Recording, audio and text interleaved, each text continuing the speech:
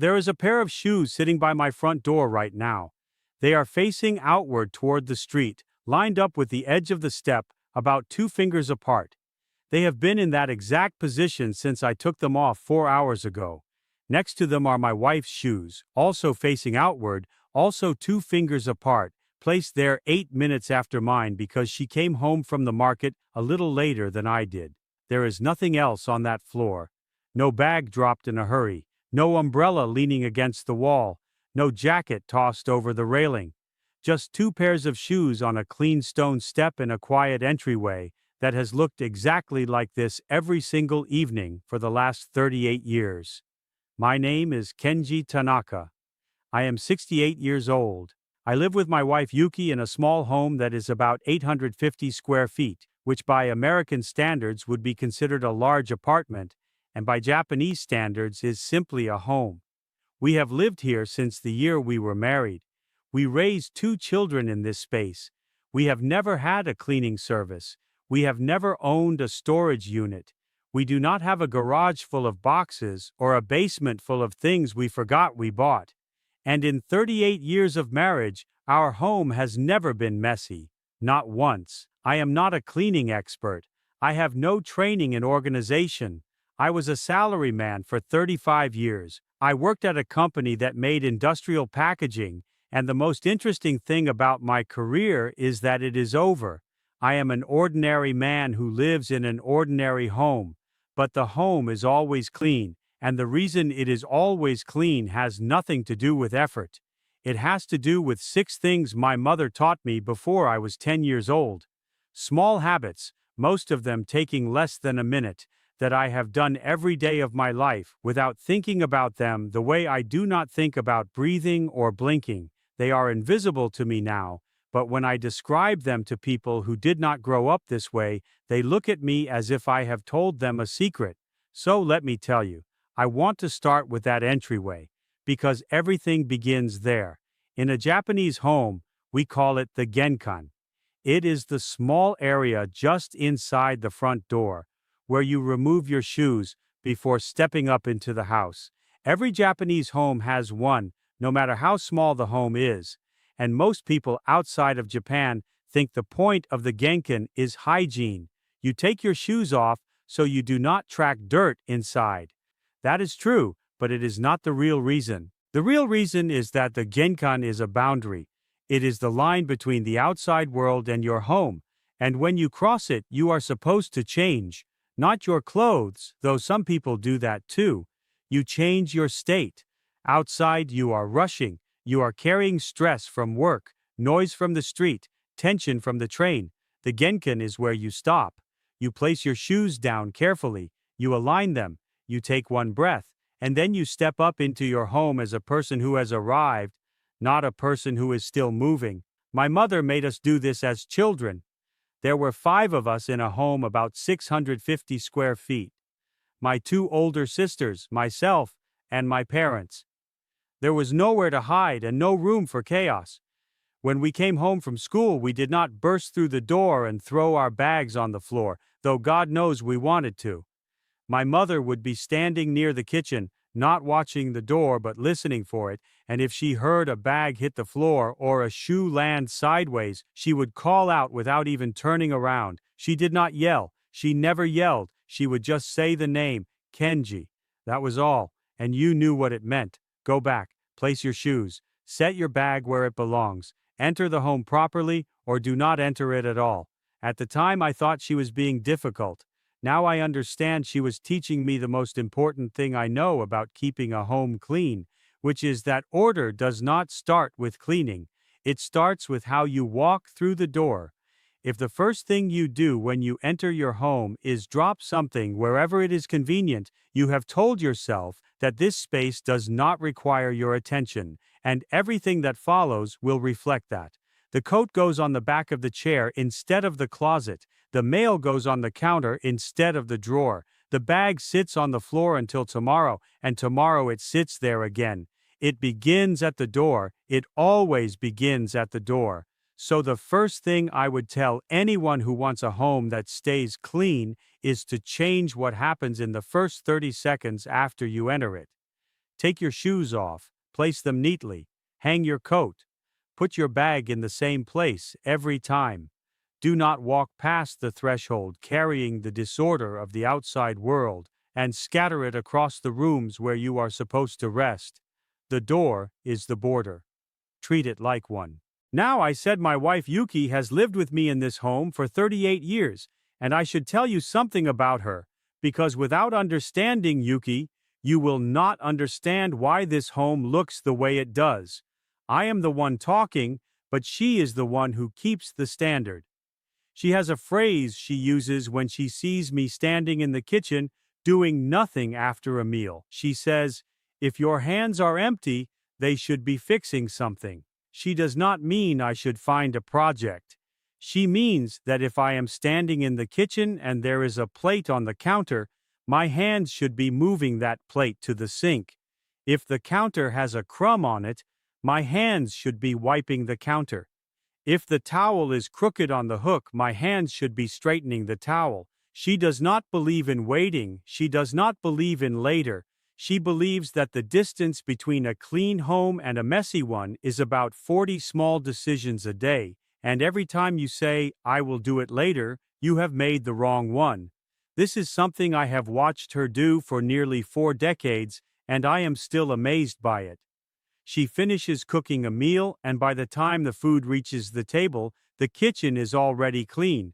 Not mostly clean, clean. The cutting board is washed and put away. The knife is dried and back in the block. The stovetop is wiped. The sponge is rinsed and set to dry.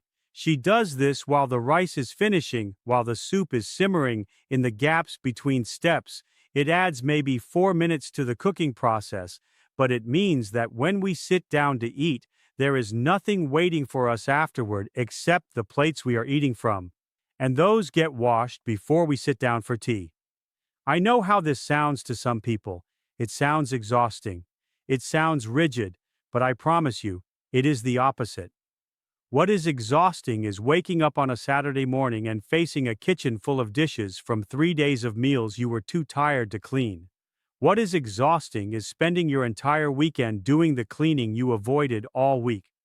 What is exhausting is the low hum of guilt you carry every time you walk past the pile on the counter and pretend it is not there. Yuki does not carry that. I do not carry that. The kitchen is clean because we cleaned it when we used it, and now our Saturday mornings belong to us. That is not rigidity. That is freedom. The most disciplined people I know are also the most relaxed, because they have nothing hanging over them. Now, here is where I want to talk about something that I think most people outside of Japan get wrong, and I do not say this to be critical. I say it because I have visited homes in America and in Europe, and I have noticed a pattern that does not exist here. The pattern is this. When a home becomes cluttered, the first instinct is to organize the clutter, to buy containers, to buy shelving, to buy a label maker and a set of matching bins and a closet system with drawers and dividers and a place for everything. The intention is good, but the result is that you now own all of the clutter you had before, plus the containers you bought to hold it. The home is not lighter, it is heavier. You have added weight to solve a problem caused by weight. In Japan, most of us do not have room for this approach. My entire closet is about 3 feet wide. My wife and I share it. It holds what we need for the current season and nothing else. When the season changes, we take out what is appropriate and put away what is not, and if something does not fit, something else must leave. This is not because we are disciplined by nature, it is because the room physically cannot hold more than what is necessary. The constraint taught us the habit. When something new comes into this home, something old must go out. Not into a box, not into storage, out of the home entirely. Given away, donated, discarded. The home does not grow. The number of things in it does not grow. It stays in balance because the balance is enforced by the walls themselves. I think the reason this works for us and feels difficult for people in larger homes is that when you have more space, clutter can hide. It moves into the spare bedroom. It fills the garage. It stacks up in the basement. You do not see it every day, so it does not feel urgent, but it is there. And it is costing you something, not in money, though it costs that too, but in mental weight. Every object you own that you do not use is a small open loop in your mind. You know it is there. You know you should deal with it. You have not dealt with it.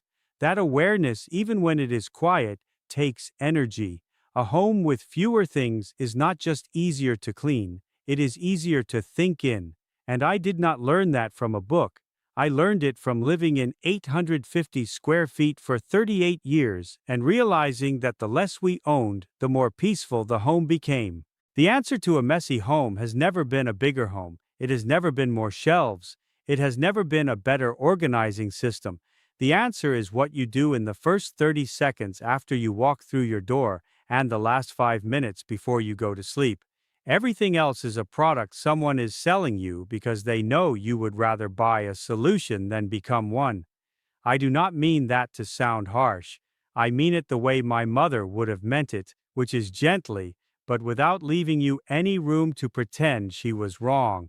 Which brings me to the evening, because what happens at the end of the day in this home is something I learned from my mother and my wife has perfected. Every night after dinner, after the kitchen is clean, after the tea is finished, my wife and I spend about 5 minutes walking through the common rooms and returning everything to its place. The cushions on the sofa go back to where they sit during the day. The books go back to the shelf. The remote goes back to the small wooden tray on the side table. The shoes at the Genkan are realigned if they have shifted. The kitchen counter is wiped one last time. The dish towel is hung to dry. It takes 5 minutes because there is never much to do. The home did not have time to become disordered because we have been maintaining it all day in small moments. But those 5 minutes matter in a way that I cannot fully explain until you have experienced it yourself. My mother used to say the home closes at night the way a shop closes. The owner of a shop does not leave the shelves in disarray and the register open and the lights on and walk away, planning to deal with it in the morning. He puts everything back, he sweeps the floor, he turns the sign, and then he goes home knowing that tomorrow he will walk into a space that is ready for him. Your home is no different. When you wake up in the morning and the first thing you see is a clean room, a clear counter, shoes lined up by the door, you are not starting your day by cleaning. You are starting your day in a space that someone cared for. And the person who cared for it was you, 5 minutes before you went to bed. I cannot overstate how much this changes the feeling of a morning. I wake up at 5:30, the house is dark and quiet. I walk to the kitchen and the counter is empty except for the kettle and the tea canister. I boil water. I make tea. I sit by the window and I watch the street slowly come alive. There is no pile of dishes to feel guilty about. There is no mess from last night demanding my attention before I have had a chance to become fully awake. The morning belongs to me because the evening version of me made sure it would. That is the gift the nightly reset gives you. It is 5 minutes of effort that buys you the most peaceful part of the day. Now, I want to tell you something about cleaning itself, because I think the way most people approach it is the reason they hate doing it. Most people clean their home as an event. They pick a day, usually Saturday. They set aside hours. They take everything out, wipe everything down, put everything back. It is a project. It feels like a project. And by the time it is done, they are tired and resentful, and the home is clean for about 3 days before the cycle begins again. This is not how we do it. In our home, cleaning happens in passing. It happens in the gaps. After my shower in the morning, I wipe the bathroom mirror with a dry cloth. It takes 15 seconds. While the rice is cooking at dinner, I sweep the kitchen floor. It takes 1 minute. When I come in from outside, I brush the Genkan step with a small hand broom. It takes 30 seconds. After I wash my hands, I dry the area around the sink with the towel before I hang it back up. It takes 5 seconds. None of these are scheduled. None of them feel like cleaning. They are just what my hands do when they are briefly unoccupied. They are reflexes, and they keep the home in a state of maintenance so constant that it never deteriorates enough to require a deep clean. I have not done a deep clean of this home in years because there is nothing deep to clean.